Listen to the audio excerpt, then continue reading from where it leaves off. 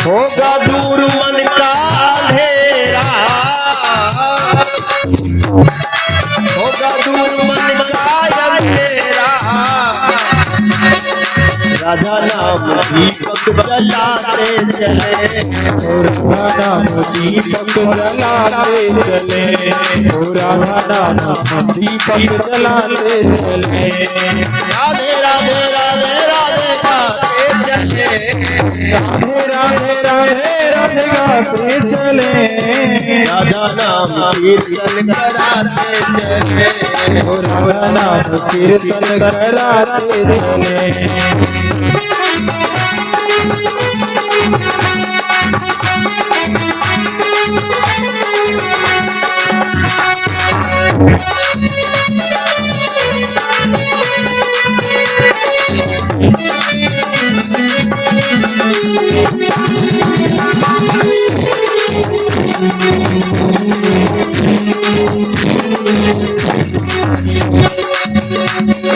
राधा नाम साथ, राधा नाम साथ, राधा नाम साथ, राधा नाम साथ, राधा नाम में छिपा दिव्य वृंदावन, राधा नाम में छिपा दिव्य वृंदावन, ओ राधा नाम खुशबू, हे राधा नाम खुशबू फैलाते चले, राधा नाम खुशबू फैलाते चले, राधा नाम खुशबू फैलाते चले, राधा नाम कीर्तन कराते चले, राधा नाम कीर्तन कराते चले।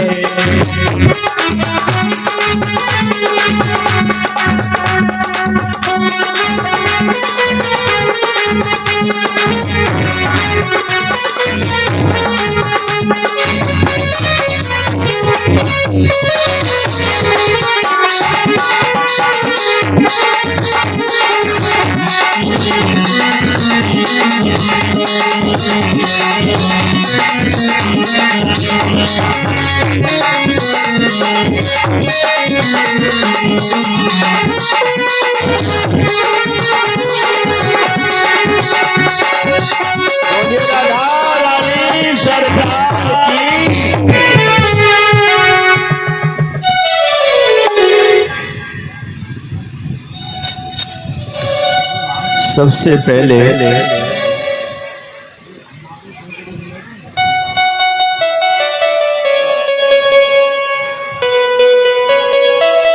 हमने बताया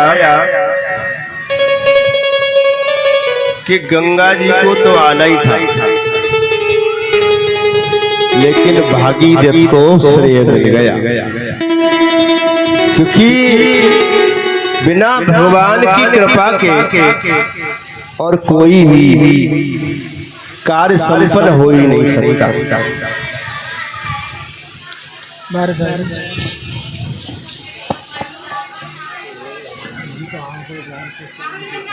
आ गई, वो तो होना था। खैर शुरुआत अच्छी है, शुरुआत अच्छी है। धार्मिक अनुष्ठान हो और बूंदे ना आए ऐसा तो हो नहीं सकता। ये देवताओं की पुष्प वर्षा है। चलो थोड़ा ही ज्यादा नहीं। तो यहाँ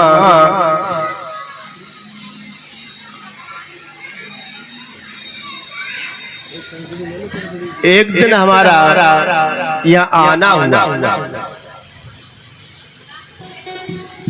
और जो बहुत सुंदर लड़का है चिंटू भाई, आप लोग जानते हैं उसको, आगे थोड़ा घर है इसका, और उससे बातें हुई उसकी मम्मी से, मंजू। थोड़ा ने खड़ा हो जा, खड़े हो जाओ। ये वीडियो बन रही है, चैनल पे आ रही है आपकी कथा। ये 7 दिन की कथा चैनल पे आएगी, चेतन गुरु 11 यूट्यूब चैनल। ये हमारा चैनल है, सब सर्च कर लेना, सब्सक्राइब करना, और इसमें 7 दिन की कथा आएगी। आज से शुरू हो गई, ये चल रही सिस्टम, ये चैनल का चल रहा है। तो ये तो अब बैठ जाओ। इनसे हमने जब आए तो हमने कहा कि ऐसे से हम क्योंकि मेरा एक संकल्प है कि भगवान के नाम की जगह जगह पर चर्चा की जाए, क्योंकि भगवान का नाम जितना गाया जाए, जितना गवाया जाए, सुनना तो बहुत अच्छी बात है, लेकिन सुनवाना और अच्छी बात होती है। तो जिस गली, जिस गांव, जिस नगर, जिस बस्ती, जहां जहां भगवान के नाम की चर्चा हो तो उससे भगवान बहुत प्रसन्न होते हैं। तो हमने ये चर्चा की, आप लोगों के बारे में पूछा तो बताया यहाँ के लोग बहुत अच्छे हैं, बहुत प्रेमी है, बहुत भक्ति वाले हैं। तो बस हमने क्या चाहिए, अंधे को दो आंख। भाई कथा के प्रेमी, भगवान के प्रेमी, भक्ति तो चाहिए, और क्या चाहिए। तो हमने की चलो ठीक है। तो फिर एक बहुत अच्छे प्रिय भक्त और जय सेवा से भी भेंट हुई, मंजू जी ने कराई। तो वो भी बच्चा बहुत प्यारा, और उसके परिवार के लोग भी बहुत अच्छे, सभी लोग जितने भी परिवार के सभी हैं, पड़ोसी और परिवार के सभी। बातें हुई तो बोले अच्छी बात ही है, तो सोने पर सुहागा है। अगर हमारी बस्ती कॉलोनी में, हमारी जगह और भगवान की चर्चा कथा हो जाए, इससे बड़ा अच्छा और क्या हो सकता है। तो नींव रख गई, डेट फाइनल हो गई, पर्चा बच्चा छप गए, आपके पास बैठे बैठे सब आ गए, और आज वो दिन आ गया, हम तो आमने सामने बैठे। ये कोई कथा नहीं, एक साधना है। आपसे कोई कहे भैया घर पे एक कोने में एक आसन डाल करके आधा घंटा भगवान का भजन कर लिया करो, कर लोगे? बैठा ही नहीं जाएगा, कोई नहीं कर सकता। लेकिन यहाँ प्रत्येक कार्य आपका साधना है। जब से कानों में आवाज आई, खबर आई कि हमारी बस्ती में भागवत होने वाली है और कलश का नाम आ गया, तभी से साधना शुरू आपकी हो गई। हम भी कलश उठाएंगे, और तू उठा रहिएगा? हाँ, हम उठाएंगे। तो वाहिदुर से कलश की तैयारी, नारियल ले आए, चुन्नी लाओ और ये लाओ वो लाओ, तो साधना शुरू हो गई। होता है ना। मान लीजिए हम दर्शन करने के लिए जा रहे हैं महाकाल के उज्जैन, बहुत दूर है, लेकिन वहां दर्शन करने के लिए गए और कितना देर दर्शन किया, 2 मिनट दर्शन करने के बाद आगे को आपको बढ़ा देते हैं। लेकिन जब से गए, गर्मी में परेशान, खर्चा किया, भीड़ में गए, कितना परेशानी उठाई, और दर्शन कितने देर हुए, 2 मिनट। तो जब से गए, जब तक वहां दर्शन किए और लौट गए, तब तक हमारी साधना उसी समय से शुरू हो जाती है। तो तपस्या साधना तो वो है जो रास्ते में हमने परेशानी उठाई, खर्चा किया, परेशानी जितनी कष्ट उठाए, तो वो है हमारी साधना। तो उसी दिन से आपकी साधना शुरू हो गई है। ऐसी गर्मी में कंकरीली रास्ते में नंगे पैर हम लोग गए, ठाकुर जी को लेकर के, भागवत जी को लेकर के कीर्तन करते हैं। तो ये साधना ही है। घर में जो लोग घर में बिना चप्पल के नहीं रह पाते रसोई में, और वो लोग पैदल बिना चप्पल के कंकरीली पत्थरीली जमीन पे निकले, तो ये क्या साधना है? कि भगवान से प्रीति तो है। और कथा शुरू हो गई, कथा में आकर के बैठ गए। कई घंटे, 4 घंटे 5 घंटे एक आसन पर बैठते हैं, और घर में आधा घंटा नहीं बैठ पाते। तो यहाँ आसन लगा के बैठते तो साधना होती है। भगवान की कानों से कथा सुनते तो कानों से भगवान की साधना होती है। मुंह से भगवान का कीर्तन बोलते तो मुंह से भगवान की साधना होती है। और आंखों से भगवान का दर्शन कर रहे, भक्तों का दर्शन कर रहे हैं, तो आंखों से साधना हो रही है। और जब कभी कभार भजन अच्छा है, गीत अच्छा है, तो फिर सारा शरीर नाचता है, तो सारे शरीर से साधना होती है। क्योंकि भगवान के दरबार में नाच करके भगवान को ले जाना, भगवान की बहुत बड़ी कृपा पाना। और थोड़ा बहुत खर्चा हो रहा है तो भी भगवान के निमित्त ये साधना हो रही है। कहने का तात्पर्य प्रत्येक काम भागवत के संबंध जुड़ा हुआ हमारी साधना बन जाता है और यही साधना भगवान को आगे तक भगवान से मिलाती है। तो आप सब लोग बड़े भाग्यशाली हैं, भाग्यशाली नहीं आप सौभाग्यशाली हैं। कहते हैं कि भाग्यो देन बहुजनम समरजते न सत्संगम चलवते। ये लिखा है कि जब वो इस जीव के जन्म जन्मांतर के पाप नष्ट हो जाते हैं, पुण्य जागृत होते हैं, भाग्य जब जागृत होते हैं तब जा करके भगवान की कथा सुनने को मिलती है, मिलती नहीं है। और सुनवाने के लिए वो तो बड़े परम सौभाग्यशाली है। इसीलिए कह दिया कि भाग्यो देन बहुजन्म, एक जन्म नहीं जन्म जन्मांतर का, जन्म जन्मांतर के जब पाप उदय होते हैं, पाप क्षय होते हैं तो भगवान की कथा सुनने को मिलती है। पाप उदय होते हैं तो भगवान की कथा में मन नहीं लगता। इसलिए आप तो बहुत अच्छे भगवान के भक्त हैं, पुण्यात्मा हैं। कहते हैं कि वो भाग्यशाली नहीं है जिन्होंने अरबों की संपत्ति इकट्ठी कर ली, बड़ी बड़ी कोठियां बना ली, बड़ी बड़ी गाड़ियां ले ली, वो भाग्यशाली नहीं बताया। भाग्यशाली वही है जो मनुष्य का तन पाकर के भगवान से जुड़े, भगवान की कथा से जुड़े, भक्ति से जुड़े, भगवान के प्रेम से जुड़े, तो वो भाग्यशाली कह दिया। कहते हैं कि बड़े भाग्य मानुष तन पावा, सुर दुर्लभ सदग्रंथन गावा। बड़े भाग्य से ये मनुष्य का तन मिलता है। इसको बड़े बड़े शास्त्रों पुराणों ने कहा कि इसके लिए देवता भी तरसते हैं। सुर दुर्लभ सदग्रंथन गावा, क्योंकि ये मनुष्य का तन ही एक ऐसा तन है, ऐसा शरीर है जिसको पाकर के हम देवत्व प्राप्त कर सकते हैं, हम देवलोक प्राप्त कर सकते हैं, हम वैकुंठ लोक प्राप्त कर सकते हैं, हम मोक्ष को प्राप्त कर सकते हैं, या फिर पुनः मनुष्य तन पा सकते हैं। इस मनुष्य तन के द्वारा ही कर्म करके, अन्य योनि में नहीं, ऐसा कुछ नहीं है। अगर देव योनि भी मनुष्य के लिए इसलिए तरसते हैं कि मनुष्य तन के द्वारा ही और भगवत प्राप्ति की जा सकती है, अन्यथा नहीं हो सकती।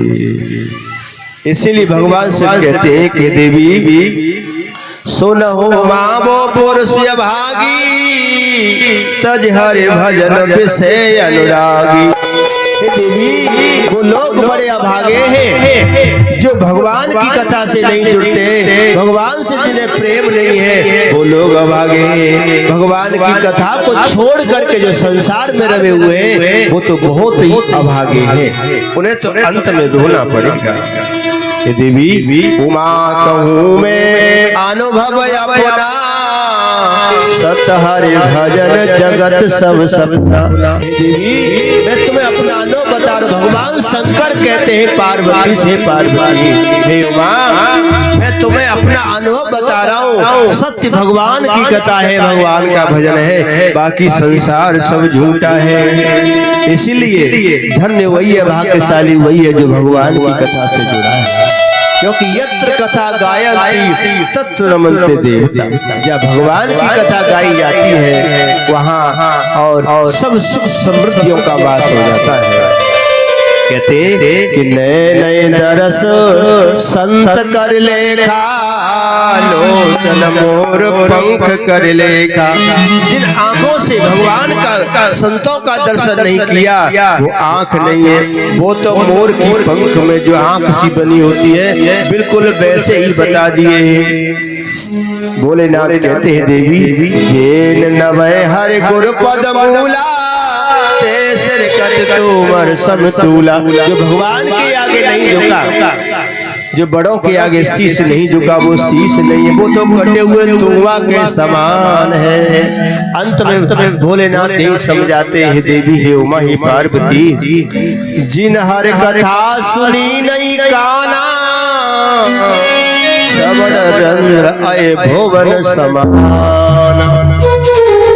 कान वही धन्य है, कान पाकर के अगर भगवान की कथा नहीं सुनी तो फिर सब व्यर्थ ही है। इसीलिए आप सभी सौभाग्यशाली हैं जो भगवान की कथा से जुड़े हैं। कहते हैं कि कथा कहाँ तक सुने, कथा कहीं न कहीं होती रहती है, और कहीं न हो तो घर में तो होती रहती है कथा। और जहाँ कथा है वहाँ आनंद है, जहाँ कथा नहीं है वहाँ व्यथा है। अब कथा हो जाए व्यथा हर घर में है। तो लोग कुछ कहते हैं कहाँ तक सुने कथा, लेकिन ये कभी नहीं कहा कि रोटी कब तक खाएं। कथा के लिए तो कह दिया, रोटी खाते सारा जीवन निकल गया। सवेरे भी खाई, दोपहर भी खाई, शाम को भी खाई, और फिर खाते रहे। इसीलिए ध्यान रखो, शरीर को चलाने के लिए भोजन की जरूरत होती है, और आत्मा को चलाने के लिए कथा की जरूरत है।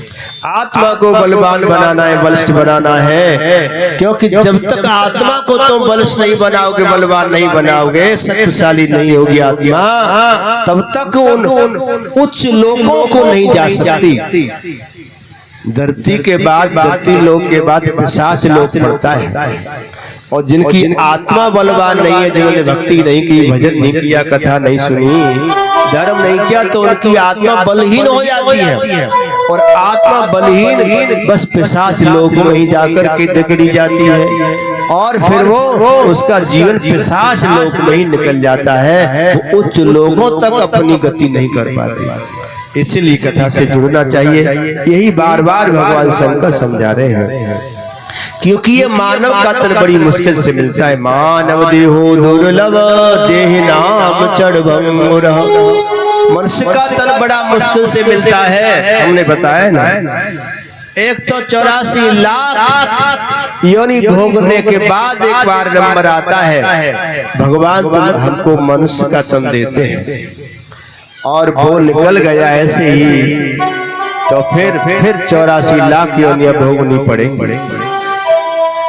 इसीलिए घर के कार्य करने के साथ साथ काम धंधा भी करो, अच्छी बातें करने के साथ साथ भगवान से जुड़े रहो, तो ये दोबारा से मनुष्य का तन मिल जाएगा। और आज की बात कल पे टालते रहोगे तो फिर रोने के सिवा कुछ नहीं है। कहते हैं मानव देहो दुर्लभ देही नाम चढ़भंगुर। इसका एक पल का भी भरोसा नहीं है, पल का भरोसा नहीं है। और व्यवस्था 100 साल की हो रही है, एक पल का भरोसा नहीं है। न जाने कब कहाँ और जे ट्रेन रुक जाए। इसीलिए कहते हैं क्षणभंगुर जीवन की कल का, कल प्रातः काल खिली न खिली।